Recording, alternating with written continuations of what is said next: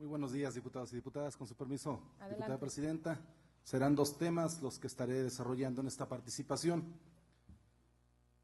Hoy abordaré dos asuntos relacionados con la Secretaría de Economía, que en este gobierno nos han considerado como un parteaguas para Zacatecas. Por un lado, la construcción del gasoducto centenario del Grupo Modelo, que se ha catalogado como la obra del sexenio, así como la llegada del equipo de fútbol profesional Mineros de Zacatecas, propiedad del Grupo Pachuca.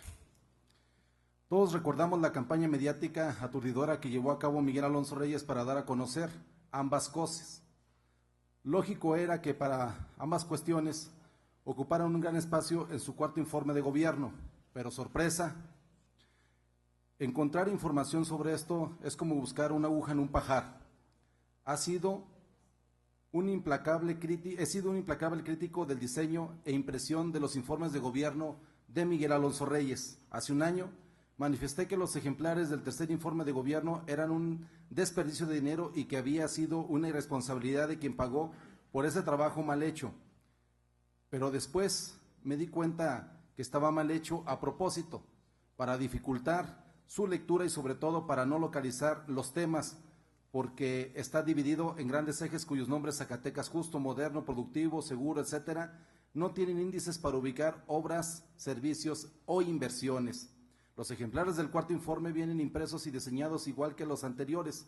Creo que ahora fueron más cuidadosos para dificultar la lectura y el análisis. Esta vez Miguel Alonso fue más tramposo que hace un año.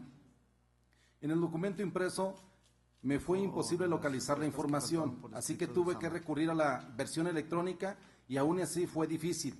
Me refiero a algo que Alonso Reyes consideró como su gran aporte para la entrada de los zacatecanos al primer mundo, es decir, sobre el equipo de fútbol minero de Zacatecas. Pero resulta que en los cientos de páginas apenas hay un rengloncito perdido en las tablas microscópicas diseñadas mañosamente para que nadie lo pueda ver. Y solo se alcanza a leer apoyo a clubes deportivos profesionales reportada por la Incufides, sin especificar cuáles fueron y reporta una cantidad de 5 millones de pesos. Es decir, si entre estos clubes deportivos no se encuentra ese equipo de fútbol, entonces no dedicó ni siquiera una palabra a este tema que tanto presumió y publicó el mismo Miguel Alonso. A la obra del sexenio, el gasoducto centenario, Alonso Reyes le dedica algunos renglones en los que dice de manera resumida que se invirtieron 680 millones de pesos de capital privado y 100 millones por parte del gobierno estatal. Nada más. ¿Por qué la información es tan escueta? ¿Por qué en ambos proyectos no solo existe opacidad y corrupción, sino también una violación flagrante a la legislación correspondiente?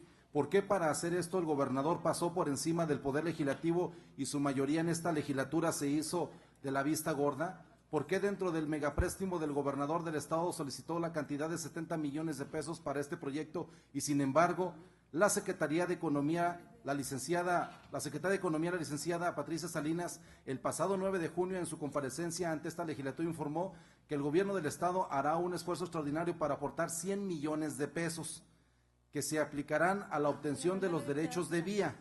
Ya no fueron 70 millones de pesos, sino 100 millones de pesos que autorizó este aumento. ¿Y por qué? ¿Y con cuál argumento Miguel Alonso Reyes endeudó al Estado para apoyar al Grupo Modelo? Hasta ahora, Alonso Reyes, actuando de manera ilegal, no ha informado a esta legislatura en qué gastó los 100 millones de pesos, porque la ley que establece el derecho de vía para el Estado de Zacatecas, en el artículo 1, señala que las vías públicas que se refiere a esta ley son inalienables e imprescriptibles. La desafectación de algunas de ellas al servicio público a que esté destinada solo podrá hacerse por el Ejecutivo del Estado previa autorización respectiva que se solicite y obtenga de la legislatura del mismo. Es decir, el gobierno del estado se autopagó 100 millones de pesos. ¿Dónde está la autorización de la legislatura anterior o la actual? Lógicamente, el hecho de adoptar 100 millones de pesos debe darnos derecho a algo, ¿o no? ¿Dónde está el convenio respectivo en el que se señalan derechos y obligaciones entre el gobierno del estado y el Grupo Modelo? ya que el gasoducto será operado por la iniciativa privada por espacio de 30 años.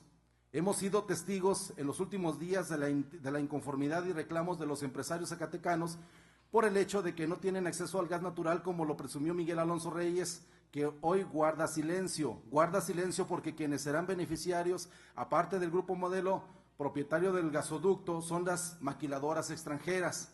Para acceder al gas natural, los empresarios zacatecanos deben enfrentar al Grupo Modelo, del cual, por cierto, el representante es Raúl Rodríguez Márquez, hermano del titular de Cinfra, Mario Rodríguez Márquez, o bien a la empresa Gas Industrial Natural SADCB, filial del grupo CIMSA, empresa con que construyó el gasoducto y que sufraga el gas. Acudir al apoyo de Alonso Reyes a solicitar la intervención de la titular de la Secretaría de Economía es una pérdida de tiempo, porque son simples mandaderos, por no decirlo de otra manera. A pesar de que se invirtieron 100 millones de pesos de recursos públicos, 70 millones adquiridos a través de la deuda, no sabemos en qué se gastaron.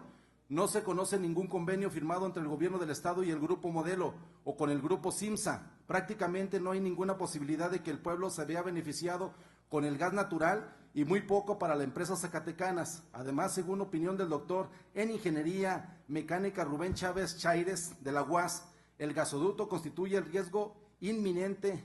Fue una irresponsabilidad otorgar el derecho de vía en las cabeceras municipales y en la capital del estado, por todo lo que implica. El otro asunto es similar, ya que el gobierno del estado apoya económicamente al poderoso Grupo Pachuca de Carlos Slim para la llegada al estado del equipo de fútbol Mineros Zacatecas, con una cantidad desconocida, pero que en los medios de comunicación se dice ronda entre los 30 y 300 millones de pesos, sin que se conozca en qué consiste esta inversión.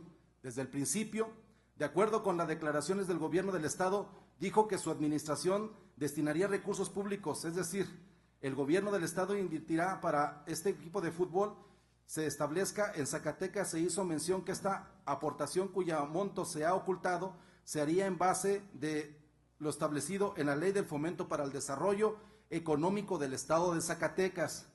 Pero hay que señalar que dicha ley no habla de apoyos económicos, sino de establecer claramente que el tipo de incentivos se refieran esencialmente a contribución y reducción temporal e impuestos de derechos estatales y extensión temporal de impuestos y derechos estatales, y en qué rubros de la actividad económica. De acuerdo con esta ley, no existe un rubro donde pueda ser ubicada la empresa futbolística para ser beneficiada con recursos públicos, pero además establece que los convenios que se celebrarán con inversionistas respecto de bienes inmuebles de los cuales el Estado o sus municipios tengan la libre disposición, se pactarán previa autorización de la legislatura, bajo la siguiente figura: venta, permuta o arrendamiento. Hasta la fecha, el gobernador no ha informado a esta legislatura en qué consiste el apoyo. La Secretaría de Economía jamás ha dado a conocer el convenio en donde informe los incentivos que se conceden y los compromisos que deberá cumplir el inversionista. Lo único que sabemos es que para la colocación de 16,000 butacas del Estadio Francisco Villa, el gobierno del estado invirtió 23,500,000 pesos. Es decir, nosotros los zacatecanos pagamos por poner nuevas butacas en el estadio, y Carlos Slim nos cobra por usarlas y obtendrá las ganancias en que se genera cada vez que se utilicen. En nuestro propio estado jamás se había visto tantos servilismo de un gobernador, ni tanto saqueo a favor de los más poderosos y abuso en contra del pueblo de Zacatecas. El segundo tema que voy a comentarles es que el día domingo estuvimos en la Asamblea Regional de Productores y Organizaciones adherentes al tema del frijol. Se llevó a cabo con la presencia de regidores, de líderes nacionales, líderes estatales, de organizaciones que están peleando por que se establezca el precio del frijol en nuestro país. El frijol producto no está en la Bolsa de Valores de Chicago, y en consecuencia en México para este año la postura de la federación es: no hay precio para el frijol y está a libre precio, a libre mercado.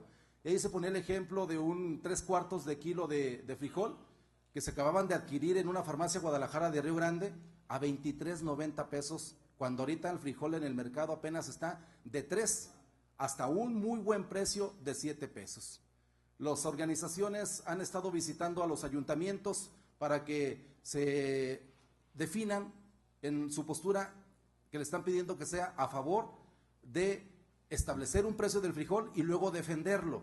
Se han estado constituyendo comités comunitarios en defensa del precio del frijol, de tal forma que la reunión sirvió para poder consensar 4 cosas muy importantes. Número 1, convocarnos y que seamos parte de una convocatoria, la 61ª legislatura del Estado de Zacatecas, a la que se denominó la Conferencia Nacional de Legisladores Locales y Federales, para llevarse a cabo el día 31 de octubre en el Teatro Calderón, y que los convocantes seamos los legisladores locales, legisladores federales, senadores de Zacatecas, para invitar en consecuencia al gobernador de Chihuahua y sus organizaciones productoras de frijol, al gobernador de San Luis Potosí, de Durango, por supuesto el de Zacatecas, el de Nayarit, para esa Conferencia Nacional de Legisladores, y poder presionar a la federación en este evento de carácter nacional para que entre dentro de la agenda política y se logre establecer el precio justo del frijol, que lo están pidiendo sea lo equivalente a 1 litro de diésel de 13.60 pesos. Concluya, en diputado. consecuencia, concluyo, hay una manifestación que se está planteando de llevar a cabo una movilización nacional al no haber respuesta el día 10 de noviembre en México por distintas organizaciones y movimientos. Pero aquí lo que se busca es que los gobernadores sean los que en el interés con su pueblo, sean los que encabecen esto. Por eso la importancia de que esta 61 legislatura pudiéramos ser convocantes de esa conferencia, los 30 diputados y diputadas. ¿Es cuánto, diputada presidenta? Gracias.